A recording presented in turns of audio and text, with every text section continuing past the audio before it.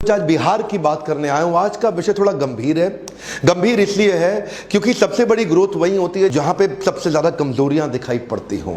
देश के अंदर सबसे बड़ी ग्रोथ वही होगी जहां ग्रोथ का सबसे बड़ा गैप बाकी बचा हो। बिहार एक ऐसा राज्य है जहां ग्रोथ का सबसे बड़ा गैप है, जहां पे ग्रोथ की निश्चित रूप से बहुत तेजी से बहुत ज्यादा आवश्यकता है। मेरी जिम्मेदारी बनती है कि मैं उसको केस स्टडी के रूप में आपके सामने प्रेजेंट करूं। 7 बातें बताऊंगा क्यों बिहार इतना पीछे रह गया और क्या किया जाए ताकि बिहार आगे बढ़ सके। देखिए, सबसे पहले तो समझिए, जो हमारे 32-33 राज्य आज हमारे देश के अंदर यूनियन टेरिटरी मिला करके 33-34, इनके अंदर बिहार का जो पर कैपिटा इनकम है वो लोएस्ट है।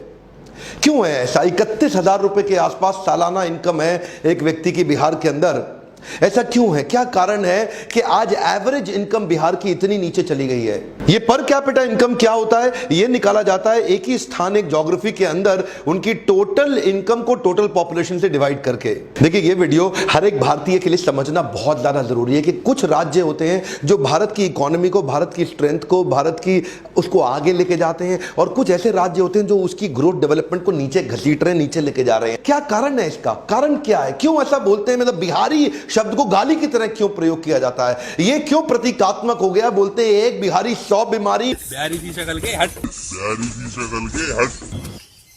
अरे, जब विदेशों की तो आप बहुत बात करते हैं आज हमारे देश में बैठ के कि जी हमारे साथ डिस्क्रिमिनेशन हो रहा है, भेदभाव हो रहा है अमेरिका यूरोप के अंदर, लेकिन अपने ही लोगों का, अपने ही साथ में अपने ही प्रेमी पड़ोसियों का आप भेदभाव करते भी हैं, उनका मजाक भी बनाते हैं। ये कारण क्या है? पर देखिए, फ्रूट्स तब तक नहीं मिलेंगे जब तक रूट्स ठीक नहीं होंगे। आज रूट्स की बात करता हूं। इच्छा तो रहता है कि बहुत डिटेल में आपको एनालिसिस दूं, पर वीडियो लंबा होता है। मेरा पहला पॉइंट लीजिए, ज्योग्राफिकल डिसएडवांटेज। एक तो ये एक लैंड लॉक स्टेट है। लैंड लॉक स्टेट होने के कारण इसके पास एक इंटरनेशनल ज्योग्राफिक लोकेशन का एडवांटेज नहीं है, जिसको क्या बोलते हैं आप, एक या तो देखो कोस्टल रीजन में होता। अब कोस्टल रीजन के अंदर सबसे पॉपुलर स्टेट हमारे देश में गुजरात और महाराष्ट्र है, जहां से इंटरनेशनल बिजनेस बहुत तेजी से सी के थ्रू, पोर्ट्स के थ्रू, बड़े पॉपुलर पोर्ट्स हैं उनके। इसके बाद सदर्न स्टेट्स में भी है, जैसे कर्नाटका, केरला, आंध्रा, तमिलनाडु। लेकिन बिहार को पूरी तरह से लॉक कर दिया। अगर खुलता भी है इंटरनेशनल साइड में ओपनिंग भी है तो वो नेपाल पे है। हाँ, हम तो डूबेंगे सनम, तुम्हें भी ले डूबेंगे। अब इसके कारण ग्लोबल एक्सेस मिलता नहीं है, ट्रांसपोर्टेशन कॉस्ट बढ़ जाती है। बिहार का एक रीजन ऐसा है जहां सूखा पड़ जाता है, दूसरा रीजन ऐसा है जहां बाढ़ ज्यादा आ जाती है। अब क्योंकि इसके कारण लोगों को बिहार छोड़ के बाहर निकलना पड़ता है अपनी लाइवलीहुड के लिए। अगला पॉइंट है नो मेजर इंडस्ट्री। बिहार के अंदर कोई बड़ी इंडस्ट्री है ही नहीं। कोई बड़ी इंडस्ट्री अभी भी ब्लू चिप कंपनी के अंदर, हिंदुस्तान यूनिलीवर के अलावा बड़ी कंपनी इस समय बहुत ज्यादा इन्वेस्टमेंट बिहार में करना ही नहीं चाहती। आप समझिए बात को कि बंगाल से, उत्तर प्रदेश से, मध्य प्रदेश से ट्रक भर भर के माल आता है, लेकिन वो ट्रक वापस खाली जाता है। कम ऑन, वापस खाली जाता है। यहां से बिहार से कुछ बाहर नहीं जा रहा, बिहार बाहर से माल ले रहा है, दे नहीं रहा कुछ भी। पहले शुगर मिल्स और फर्टिलाइजर्स के प्लांट्स हुआ करते थे, इकोसिस्टम कमजोर होने से कंपनीज ने लॉसेस करना शुरू किया, वो भी बंद हो गई, लोग बाहर जाने लगे छोड़ के। नैले पे दहला तो तब हो गया कि जब झारखंड बिहार से अलग हुआ। जैसे ही झारखंड बिहार से अलग हुआ, मिनरल रिच कंपनी, सारे बड़े कॉर्पोरेट, जितनी भी माइनिंग होनी थी सब झारखंड में निकल गया। बोकारो हाथ से निकल गया, टाटा नगर जमशेदपुर हाथ से निकल गया, अब तो कुछ मिनरल भी नहीं बचा बिहार के। तो बिहार बेचारा दब गया। तीसरा पॉइंट है फ्रेट इक्वलाइजेशन पॉलिसी। ये 1950 के दशक में आया था और 1990 के दशक तक रहा। फ्रेट इक्वलाइजेशन पॉलिसी के हिसाब से, तब उस समय झारखंड बिहार जब एक ही था ना, तो जितना भी मिनरल निकलता था उसको ट्रांसपोर्ट करके अपने स्टेट में लाने के लिए सेंट्रल गवर्नमेंट ट्रांसपोर्टेशन पर सब्सिडी देती थी। तो बड़ी कंपनी, इंडस्ट्रियल लोकेशन और कोस्टल ट्रेड हब वहीं रह के अपनी कंपनी रन करते थे, वहीं अपने मैन्युफैक्चरिंग सेटअप, वहीं अपना सारा काम लगाते थे। और मिनरल उठा करके, जो मिनरल रिच प्रदेश था जिसको बोलते हैं बिहार, जब झारखंड भी एक ही था, तो यहां से मिनरल उठाया और वहीं ले गए। अरे भाई, करना क्या चाहिए था? इनको इंसेंटिव देना चाहिए था कि तुम बिहार में ही अपनी कंपनी सेट करो। पर ये क्या करते थे? इनको ट्रांसपोर्टेशन के ऊपर दे दिया इंसेंटिव कि उठाओ माल बिहार से लेके बाहर निकल लो। सब आए, माल उठाया बिहार से, उठा के लेके सब बाहर निकल गए। अब बिहार का माल लेके सब चले गए बाहर। अगर वहीं फैक्ट्रियां लगा दी होती तो बिहार में आ जाती एम्प्लॉयबिलिटी। इधर का ना कल्चर बदल जाता। यहां पे एजुकेशन और एम्प्लॉयबिलिटी दोनों कम रही, इसीलिए इनकी नेशनल अर्निंग के मुकाबले बिहार की अर्निंग बहुत कम रह गई। मिनरल रिच स्टेट होने का कॉम्पिटिटिव एडवांटेज होते हुए भी इसको 1993 तक लूटा गया है। चौथा मेरा पॉइंट है, frog in the pond think it's an ocean.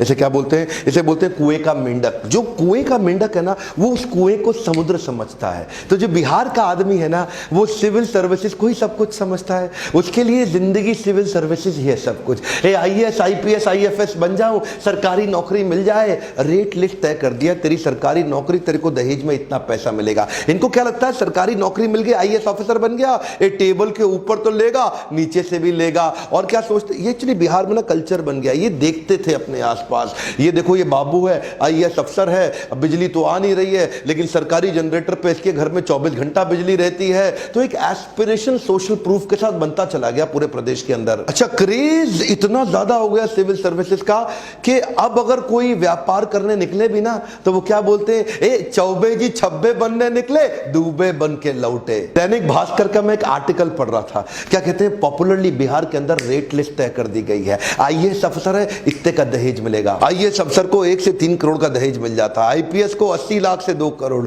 IRS IFS को 50 से 80 लाख मिलेगा, थोड़ा कम मिलता है बेचारों को। इंजीनियर PSU PCS ऑफिसर बन जाए, 40 से 80 लाख मिलेगा। एक्चुअली इसमें जात पे भी डिपेंड करता है, ऊंची जात को 80 लाख, नीची जात को 40 लाख। बैंक PO दरोगा स्टेशन मास्टर 15-20 लाख ले लेगा। सरकारी पियोन भी खाली हाथ नहीं जाएगा, वो भी 5 लाख रुपए तो निकाल लेगा दहेज के। ये क्या हो गया, ये सरकारी नौकरी ही सब कुछ है।